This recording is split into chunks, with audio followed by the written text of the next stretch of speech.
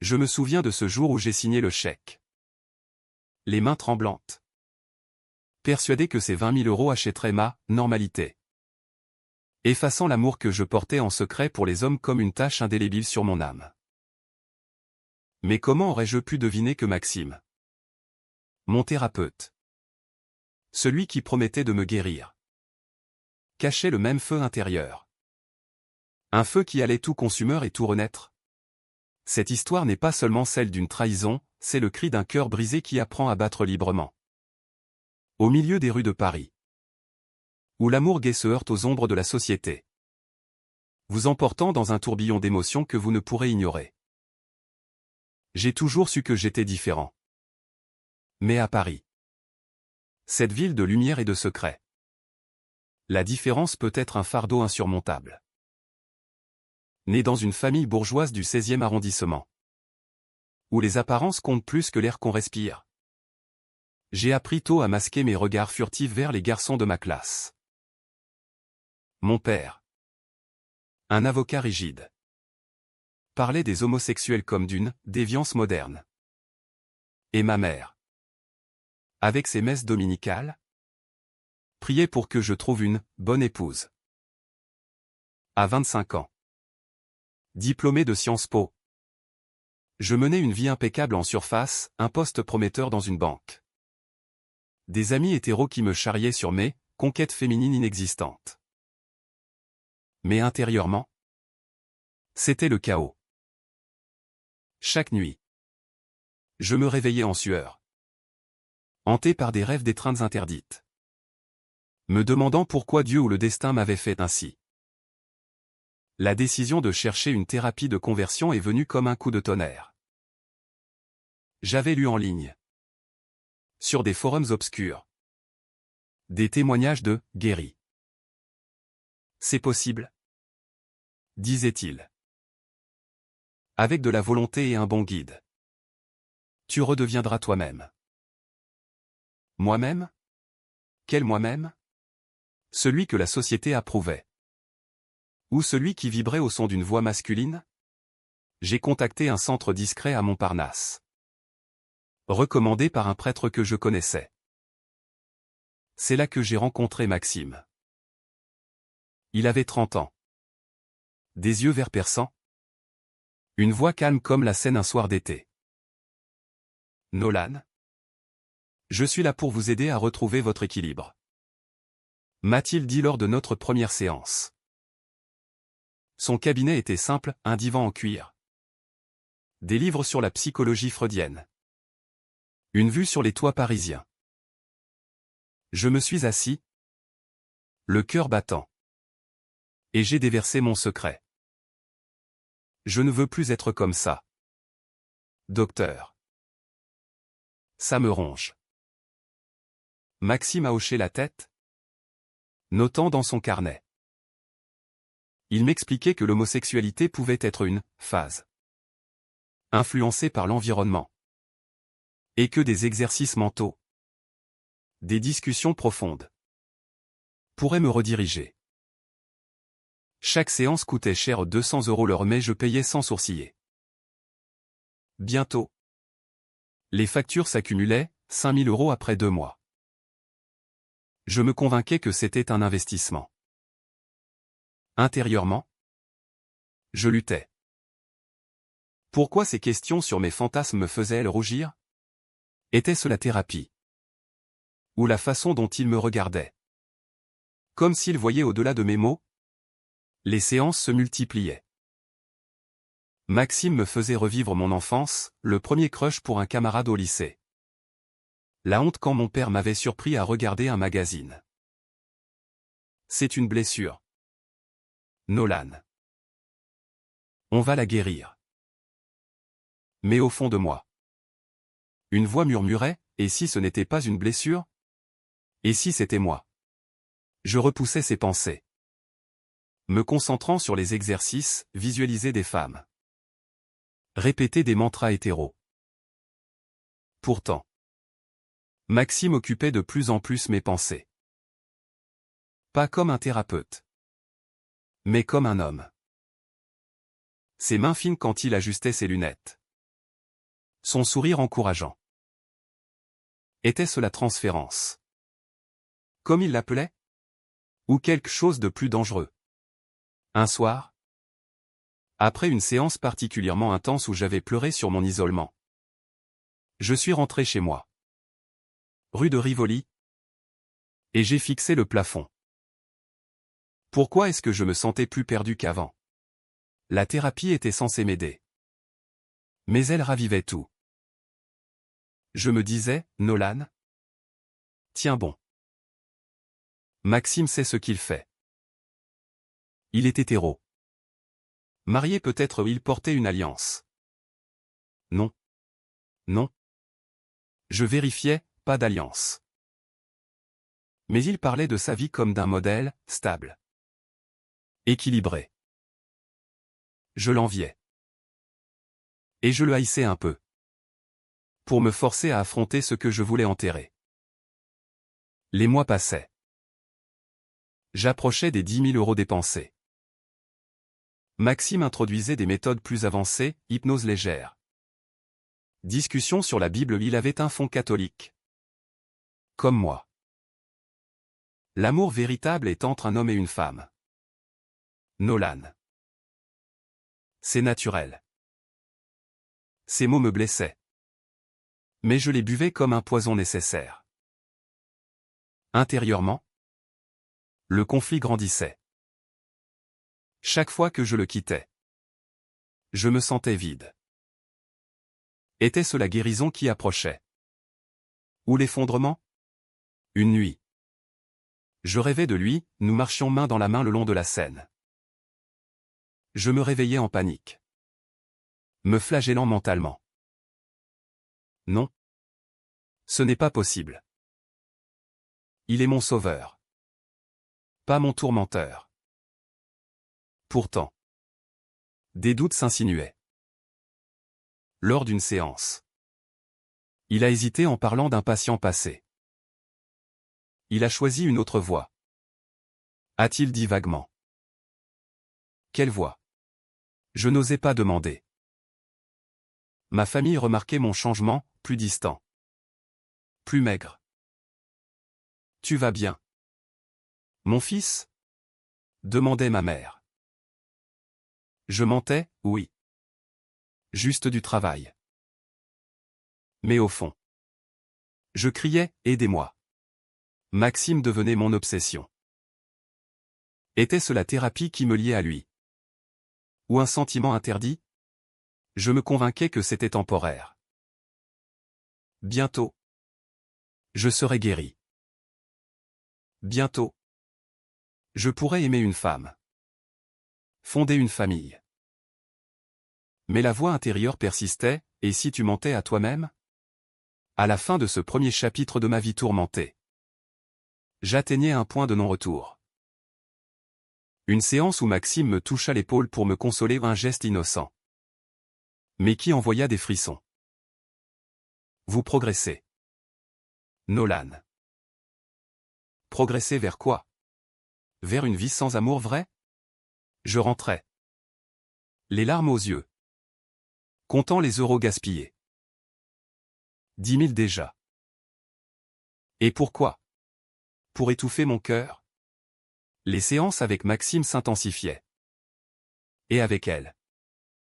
Mes tourments intérieurs. Paris. Avec ses cafés animés et ses couples enlacés sous les ponts. Semblait me narguer. Je passais mes journées à la banque. Calculant des chiffres impersonnels. Mais mes nuits étaient hantées par des questions sans fin. Pourquoi Maxime me faisait-il douter de tout? Était-il vraiment le guide impartial qu'il prétendait être? Lors d'une session, il m'a demandé de décrire mes attirances en détail. Pour les exorciser. Disait-il. Je parlais. La voix tremblante. De ce garçon au lycée. De ses yeux rieurs. Maxime écoutait. Impassible. Mais je jurais voir une lueur dans ses yeux, de la compréhension? De la compassion? Ou autre chose? Intérieurement, je me déchirais. Nolan? Me disais-je. C'est la thérapie qui te bouleverse. Pas lui. Pourtant. Je commençais à remarquer des détails, la façon dont il évitait les sujets personnels. Son regard qui s'attardait parfois. Une fois. Il a mentionné un voyage à Provence avec un ami. Ami ou plus? Je chassais l'idée. Me rappelant mon but, guérir. Les factures montaient aux 15 000 € maintenant. Ma famille ignorait tout, je prétextais des cours de finance. Mais le mensonge pesait lourd. Ma mère m'appelait, tu sembles si triste. Chérie. Viens dîner dimanche. Je refusais. Prétextant du travail. En vérité. Je ne supportais plus leur regard scrutateur. Maxime introduisait des exercices plus personnels. Écrivez vos pensées interdites. Puis brûlez-les. J'obéissais. Mais au lieu de me libérer, cela ravivait le feu. Dans mon journal, j'écrivais, pourquoi tes mots me blessent-ils autant? Es-tu vraiment guéri? Toi? Car il affirmait avoir aidé des dizaines comme moi. Ils vivent heureux maintenant. Mariés. Avec enfants. Cela me donnait espoir. Mais aussi rage. Était-ce une vie heureuse? Ou une prison dorée? Mes doutes grandissaient. Une séance. Je craquais, et si je ne veux pas guérir? Si c'est qui je suis? Maxime s'est raidi. Nolan? C'est la résistance. Combattez-la. Mais sa voix tremblait légèrement. Était-ce mon imagination? Le conflit intérieur s'amplifiait. Je marchais des heures le long des Champs-Élysées. Me questionnant. L'amour gay était-il vraiment une malédiction? Paris regorgeait d'histoires, Cocteau. Proust. Des génies qui avaient aimé en secret. Étais-je comme eux? Ou un lâche qui fuyait? Maxime devenait le centre de mes tourments. Je l'admirais pour sa force apparente. Le haïssais pour me forcer à changer. Une nuit. Je googlais son nom, rien d'anormal. Juste des articles sur la psychologie. Mais un forum anonyme mentionnait des rumeurs, des thérapeutes gays pratiquant la conversion pour se cacher. Ridicule. Me disais-je. Pourtant. Le doute s'installait. Nos discussions prenaient une tournure intime. Il partageait des anecdotes, son enfance en Bretagne. Solitaire. Avec un père absent. J'ai dû me construire seul. Disait-il. Je me reconnaissais. Était-ce une stratégie? Ou une connexion réelle? Intérieurement? Je luttais, ne tombe pas amoureux de ton thérapeute. Nolan. C'est pathétique. Mais ces encouragements, vous êtes fort? Vous y arriverez, me faisaient fondre. Une séance. Il annula un rendez-vous pour raisons personnelles. Je paniquais, était-il malade? Avait-il quelqu'un? La jalousie me rongeait. Absurde pour un patient. À mi-chemin de cette épreuve. J'atteignais 18 000 €. Maxime proposa une retraite week-end en Normandie. Pour intensifier le processus. J'acceptais. Le cœur serré. Là-bas, dans une maison isolée face à la mer. Les barrières tombèrent un peu. Nous marchions sur la plage. Parlant de tout sauf de thérapie. La vie est compliquée. Nolan. Parfois. On cache des choses. Ces mots résonnaient. Intérieurement. Je hurlais, qu'est-ce que tu caches? Toi? Le soir? Autour d'un feu. Il me confia, j'ai eu des doutes moi aussi. Jeune. Doute sur quoi? Il changea de sujet. Cette nuit-là. Je ne dormis pas. Tourmenté par l'idée qu'il pourrait être comme moi. De retour à Paris. Le doute devint obsession. Je fouillais son passé en ligne. Découvrant un vieux profil sur un site de rencontres hétéros. Apparemment. Soulagement? Non. Déception. Pourquoi? Parce que je voulais qu'il comprenne vraiment? Ou parce que je l'aimais? L'aveu intérieur me terrifia. Nolan? Arrête. C'est la transférence. Mais les sentiments grandissaient. Mêlés à la rage contre cette thérapie qui me détruisait plus qu'elle ne guérissait. Une dispute éclata lors d'une séance, vous me poussez à haïr qui je suis, criai-je. Maxime pâlit. C'est pour votre bien. Mais ses yeux disaient autre chose de la douleur? De la culpabilité? Ce segment de mon voyage marquait un tournant. Les émotions s'emballaient, amour naissant. Trahison pressentie. Paris. Avec ses pluies incessantes. Reflétait mes larmes intérieures. Je me demandais si Maxime était un allié ou un ennemi. Et si la guérison n'existait pas?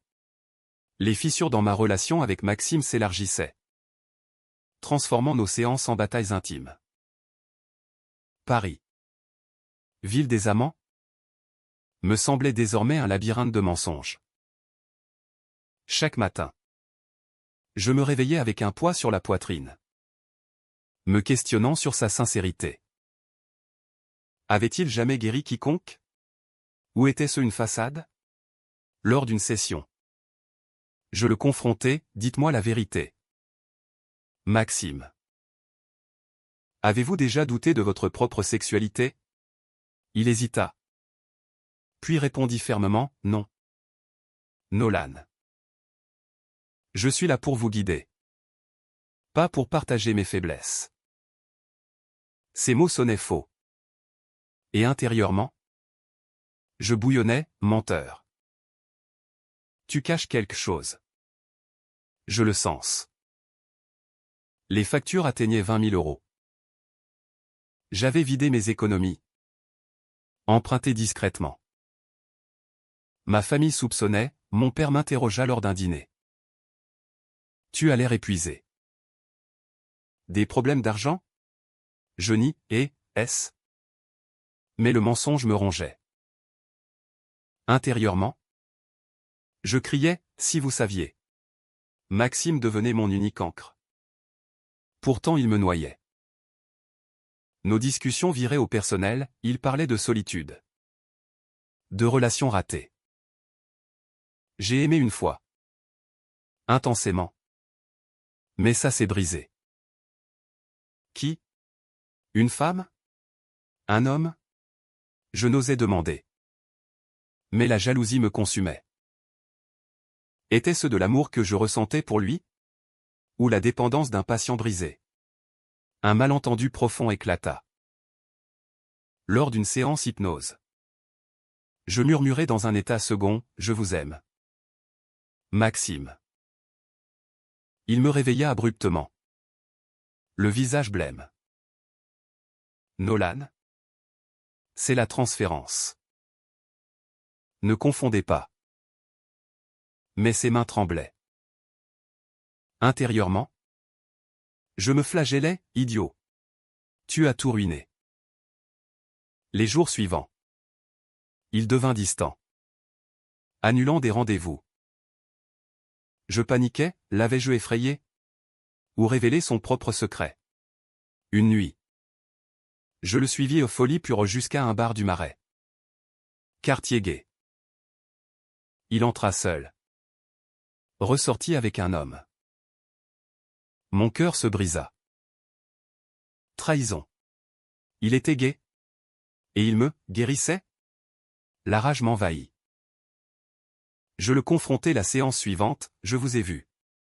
Au Marais. Vous mentez depuis le début. Maxime pâlit. balbutia, ce n'est pas ce que vous croyez. C'était un ami. Mensonge évident. Intérieurement, le chaos régnait. Comment as-tu pu me faire ça? Me promettre la guérison alors que tu vis la même chose? Les larmes coulaient. Vous m'avez volé 20 000 € pour un mensonge. Il tenta de calmer, Nolan. Écoutez-moi. C'est plus compliqué. Mais je partis en claquant la porte. Le cœur en miettes. Les jours suivants furent un tourbillon d'émotions. J'errais dans Paris. Du Louvre à Montmartre. Me questionnant. Était-ce de la haine ou de l'amour blessé? Ma famille remarqua mon effondrement. Ma mère insista, parle-moi. Mon fils. Je craquai partiellement, j'essaie de changer quelque chose en moi. Elle pleura. Devinant. L'homosexualité? Oh. Nolan. Son acceptation timide me surprit. Mais le mal était fait. Maxime m'appelait. Messages vocaux, revenez. Je dois expliquer. Je les ignorais. Rongé par la trahison. Pourtant. Des souvenirs affluaient, ses regards tendres. Ses encouragements. Était-ce une façade? Ou une lutte intérieure comme la mienne? Intérieurement? Je me déchirais, pardonne-lui? Ou le haïr éternellement? Une lettre arriva, Nolan. Je ne suis pas qui vous croyez. Rencontrez-moi au jardin des Tuileries. J'hésitais. Mais la curiosité ou l'amour l'emporta. Là. Sous les statues antiques. Il avoua, j'ai été comme vous. J'ai essayé de me guérir. Mais j'ai échoué. Mon monde s'effondra. Il était gai. Et thérapeute de conversion? La dispute fut violente verbalement. Vous m'avez manipulé. Pour l'argent? Pour vous cacher? Il pleura, non. J'y croyais au début. Puis je vous ai rencontré. Et tout a changé. Intérieurement? Le conflit culminait, l'aimer malgré tout? Ou fuir? Paris. Avec ses vents froids. Amplifiait ma douleur. Ce malentendu profond sa peur. Ma naïveté où nous séparait. Mais une étincelle persistait, et si c'était le début de la vérité? À ce stade. Les émotions atteignaient un pic. Trahison. Amour. Rage, tout se mêlait. Je me sentais fangé. Pourtant empathique envers sa lutte. Maxime n'était pas un monstre. Mais un homme brisé comme moi. L'aveu de Maxime au jardin des Tuileries marqua le début d'un ouragan émotionnel. Paris. Sous un ciel gris. Semblait pleurer avec moi. Intérieurement. Je hurlais, comment as-tu pu me mentir si longtemps? Lui. Gay. Pratiquant une thérapie qu'il savait vaine? J'ai commencé pour survivre. Expliqua-t-il. La voix brisée. Ma famille m'a forcé. J'ai cru pouvoir aider les autres. Jusqu'à toi. Toi. Ce mot résonnait comme une bombe. Était-ce une déclaration? Ou une excuse? Les jours suivants. Je l'évitais. Mais mes pensées le traquaient. 20 000 € gaspillés au pas pour guérir. Mais pour révéler une hypocrisie. Ma rage bouillonnait, il m'a volé mon espoir. Pourtant. L'empathie s'insinuait. Imagine sa vie, cacher son identité. Feindre la normalité. Comme moi. Une nuit. Je relisais ces messages, Nolan. Je t'aime. C'est pour ça que j'ai continué. Pour te protéger. Amour? Trahison ultime. Il avait profité de ma vulnérabilité. Je le confrontais chez lui. Un appartement modeste à Saint-Germain. Explique-toi, criai-je. Il avoua tout, son coming out avorté adolescent. La thérapie forcée. Son rôle de thérapeute comme bouclier. Quand je t'ai vu. Si perdu. J'ai revu moi. Je voulais t'épargner la douleur. Mais ces méthodes m'avaient détruit. Tu m'as fait haïr qui je suis. Les larmes coulaient. Intérieurement. Le dilemme déchirait, le pardonner? Ou le dénoncer? Il pleurait, je démissionne. Je ne peux plus mentir.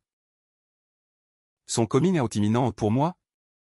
Le haut trao survenait comme un éclair. Lors d'une dispute. Il révéla un secret plus sombre, il avait aimé un patient avant.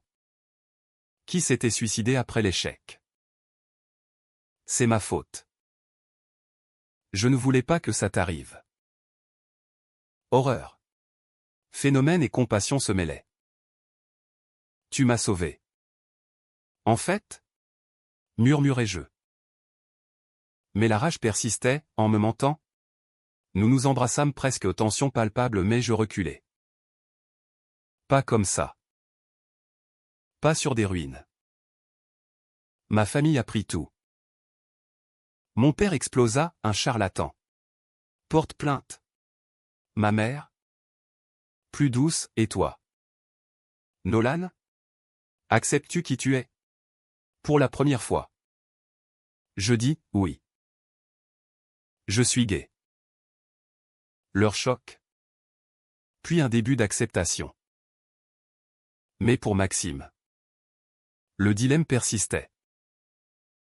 Intérieurement. Je me torturais, l'aimer signifie-t-il trahir moi-même? Paris. Avec ses manifestations pour les droits LGBT. Me rappelait la lutte plus grande. Une décision difficile, le confronter publiquement? Ou le protéger? Il m'appela, je fais mon coming out demain. À une conférence. Viens. J'hésitais. Le cœur en feu. À la conférence. Devant des collègues. Il déclara, je suis gay. Et la conversion est une imposture. Applaudissements mixtes. Huée. Je le vis brisé. Pourtant libre. Intérieurement. L'amour surgit, il l'a fait pour nous. Mais la trahison pesait. Je partis sans un mot. Errant sous la tour Eiffel illuminée. Était-ce la fin? Ou un nouveau début? Les émotions culminaient, PHNN pour le mensonge. NGCM pour sa douleur. Maxime n'était pas un vilain. Mais un homme piégé par la société. Comme moi. Après le coming out de Maxime. Paris semblait renaître. Mais mon cœur restait en lambeaux. Intérieurement. Le tourment atteignait son apogée, pardonner la trahison pour embrasser l'amour? Ou tourner la page? Guéri par la vérité? Les jours suivants. Il m'écrivit, Nolan. Je comprends si tu me hais. Mais sache que tu m'as sauvé. Sauvé? Moi. Qui avait dépensé 20 000 € pour un mirage? Pourtant. Ces mots touchaient une corde sensible. J'avais changé, acceptant mon homosexualité. Confrontant ma famille. Mon père. Après un silence pesant. Murmura, si ça te rend heureux. Ma mère m'embrassa, sois toi-même. Mon fils. Je le revis au café du Marais. Il avait changé, plus libre. Les yeux brillants. Je ferme mon cabinet. Je vais militer pour les droits LGBT. Admiration et rage se mêlaient. Et nous, demandai-je. La voix tremblante.